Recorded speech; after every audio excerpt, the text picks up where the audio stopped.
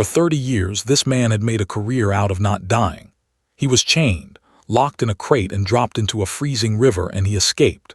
He was buried alive, sealed underwater, strapped into a straitjacket and hung upside down over a crowded street, and every single time he got out, death threw everything it had at Harry Houdini, and Houdini just smiled and picked the lock.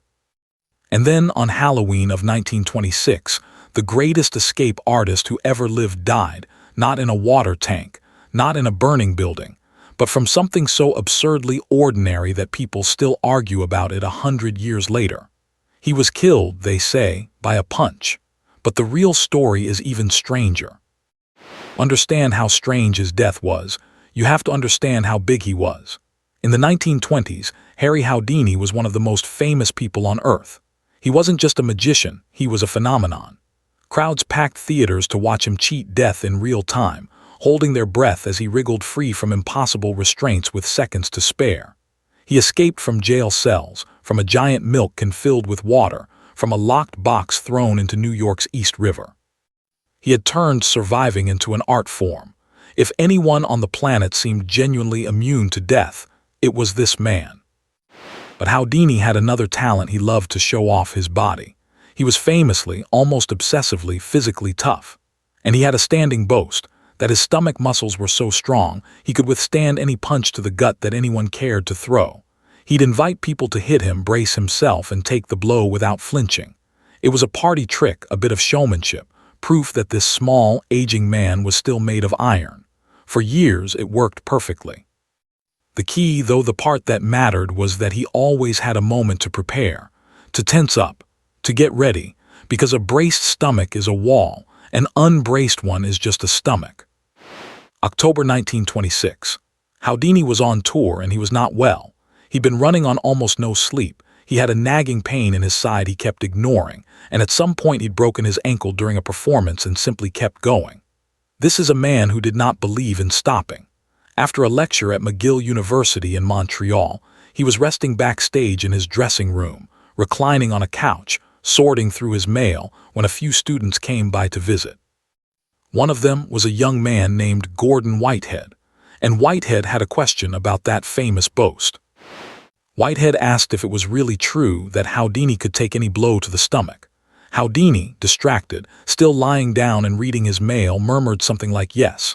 And then, before Houdini had gotten up, before he had braced himself, before he was ready, the student started punching him. Hard. Several times, right in the gut. Accounts differ on the exact details, but the crucial part is agreed on. Houdini was not prepared. The one condition that made his trick safe, the bracing, never happened. He waved the young man off, clearly in pain, and told him that was enough. But the damage, it seemed, was done. Here's the thing about Harry Houdini. He did not cancel shows, not for a broken ankle, not for exhaustion, and certainly not for a stomachache. So despite a pain in his gut that was steadily getting worse, he got on the train, traveled to Detroit, and prepared to perform. By the time he arrived, he had a fever. A doctor reportedly told him his temperature was dangerously high and that he needed a hospital immediately. Houdini went on stage anyway. He performed his entire show that night in agony, sweating and pale, and at one point, they say, he passed out backstage, was revived, and went back out to finish. It was the last performance he would ever give. After the show, Houdini finally collapsed for good. He was rushed to a Detroit hospital where doctors opened him up and found the truth. His appendix had ruptured, and the infection had spread through his abdomen. This is a condition called peritonitis. Today, we'd treat it with surgery and a course of powerful antibiotics, and you'd very likely be fine. But this was 1926. Antibiotics as we know them didn't exist yet. Penicillin was still 2 years from being discovered, and decades from being available. For a man with a burst appendix and a raging infection, medicine in 1926 could do almost nothing. Everyone knew what that meant. For a week, Houdini fought, because of course he did. But this was one restraint he could not escape. On October 31st, 1926, Halloween, Harry Houdini died, surrounded by his family, at the age of 52. The man who had spent his life escaping from every trap the world could devise was finally held by the one thing none of us can pick the lock on. and the date felt almost too perfect. The world's most famous magician, a man obsessed with the supernatural, dying on the one night of the year most associated with ghosts and the dead. It was the kind of ending he might have written himself. So that's the story everyone knows. A punch killed Houdini. It's dramatic, it's ironic, it's perfect. There's just one problem.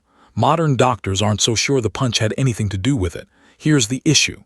Appendicitis, a burst appendix, is almost never caused by being hit. It's usually caused by a blockage inside the appendix itself, something building quietly for days. And remember, Houdini already had a pain in his side before Whitehead ever threw that punch. Many physicians today believe his appendix was already failing, that he was already a very sick man, and that the timing of the punch was a tragic, dramatic coincidence, not the cause. So why did the punch story become the official one? Follow the money. Houdini had a life insurance policy, and it reportedly paid out double for an accidental death. A burst appendix from natural causes is not an accident. A healthy man punched to death by a stranger absolutely is. So there was a very real financial reason for everyone involved to point at that young student in the dressing room. The insurance company paid the double claim. And just like that, the punch became the cause, printed in every newspaper and repeated for a century. The truth was messier and sadder. A stubborn, exhausted man who ignored his own body until it was far too late. And that's the real weirdness of it. Harry Houdini, the man who escaped from locked boxes at the bottom of rivers, who beat every elaborate death trap the world could build for him, was most likely killed by something as mundane and undramatic as an infected appendix, the same thing that could have taken any ordinary person in 1926. All those chains, all those tanks, all those straitjackets, and in the end it was a tiny, useless organ most people forget they even have. The greatest escape artist in history couldn't escape his own body. But the story doesn't quite end at the grave, because Houdini had one last trick planned. In his final years, Houdini had become obsessed with exposing fake psychics and mediums, people who claimed to talk to the dead and preyed on grieving families. He knew all their tricks, and so he made a pact with his wife, Bess. If it were truly possible to communicate from beyond death, he would find a way to send her a secret coded message that only the two of them knew. Every Halloween after his death, Bess held a séance, waiting for the code. For 10 years she sat and listened. The message never came. Eventually she blew out the candle she'd kept lit for him and said, quietly, that 10 years was long enough to wait for any man. Nearly 100 years later, we still tell his story, and we still argue about that punch. Magicians still perform séances on Halloween in his honor, half as tribute, half as a wink to the man who'd have loved the attention. Houdini spent his whole life controlling the story, escaping on his own terms, deciding exactly how the trick would end. And maybe that's the final irony. The one escape he couldn't stage was the truth of his own death, a truth that got tangled up in insurance money, a nervous student, and a legend too good to give up. So was Harry Houdini killed by a punch? Probably not, but the punch got the blame because the truth was less dramatic and the lie paid double. What actually killed him was a burst appendix, a lack of antibiotics that hadn't been invented yet, and above all his own refusal to ever stop. He escaped everything the world could throw at him, and was undone by the one thing he couldn't outperform, his own stubborn, mortal body on Halloween of all nights. If you like your history strange and true and told straight, subscribe. We've got a whole world of it. See you in the next one.